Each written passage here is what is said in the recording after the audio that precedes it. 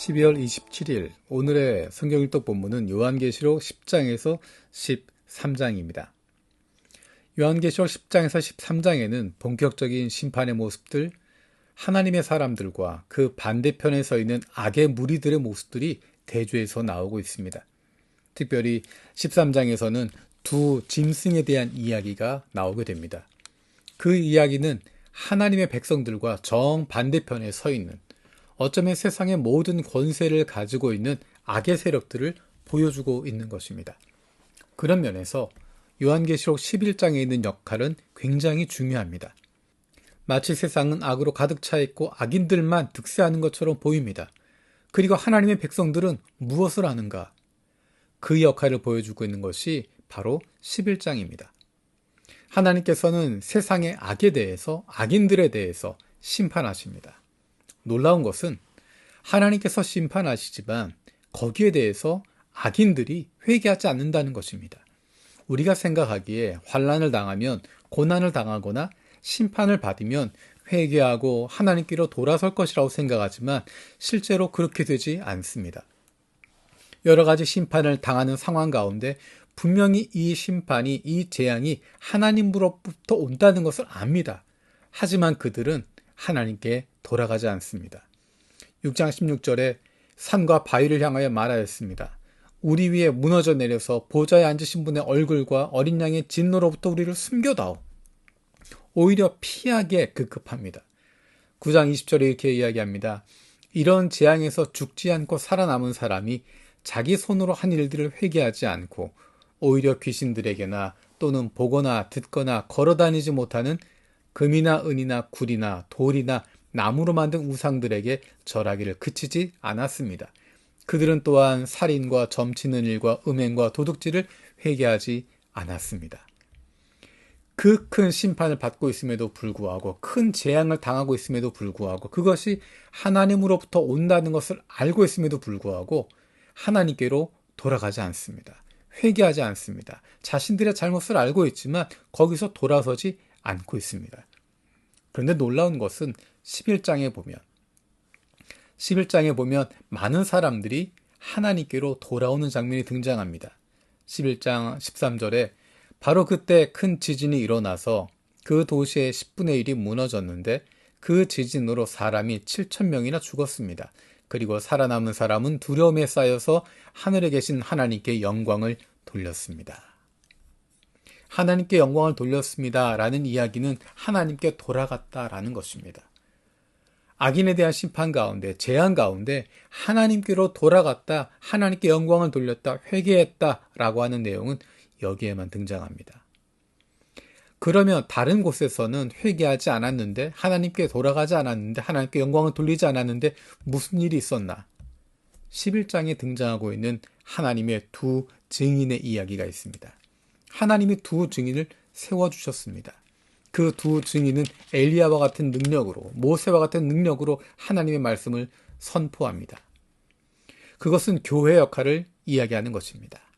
우리가 기대하기는 엘리야와 같은 권능으로, 모세와 같은 능력으로 하나님의 말씀을 선포하면 사람들이 다 돌아서게 되고 모든 것들을 이길 것처럼 기대합니다. 하지만 안타까운 것은 그들이, 그 두 증인이 죽임을 당합니다. 죽임을 당하고 아무런 힘도 없이 시체가 버려지는 모습으로 비참한 죽임을 당합니다.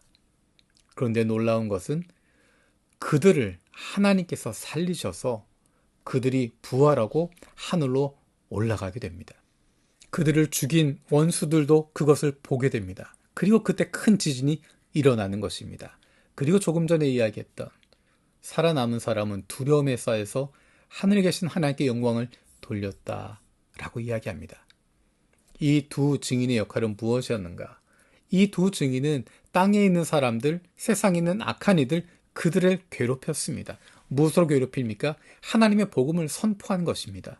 하나님의 복음이 선포되어서 그들이 그것 때문에 괴로워하게 됐던 것입니다.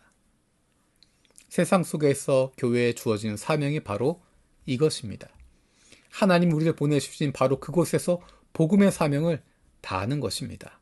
왜 세상 가운데 복음의 사명을 다해야 되는가? 이 세상에는 악이 가득하기 때문입니다.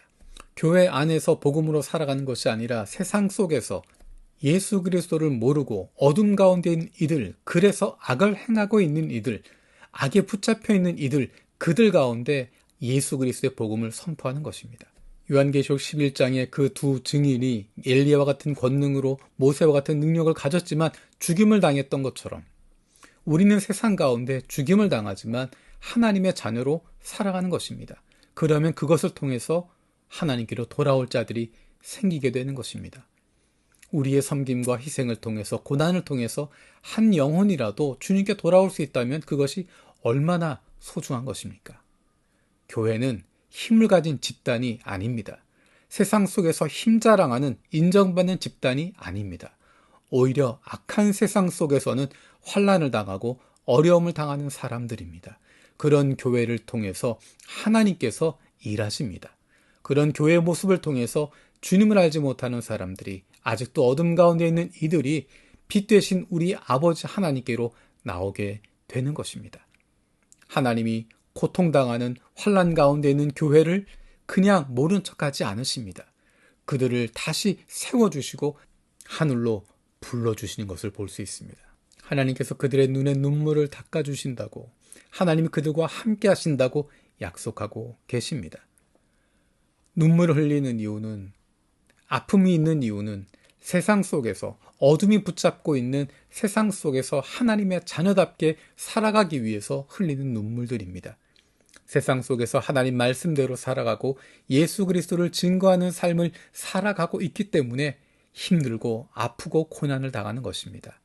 하지만 그 고난을 통해서 예수님을 알지 못하는 사람들이 주님을 만나게 되고, 아직도 어둠 가운데 있는 이들이 빛 되신 우리 아버지께로 나오게 되는 것입니다.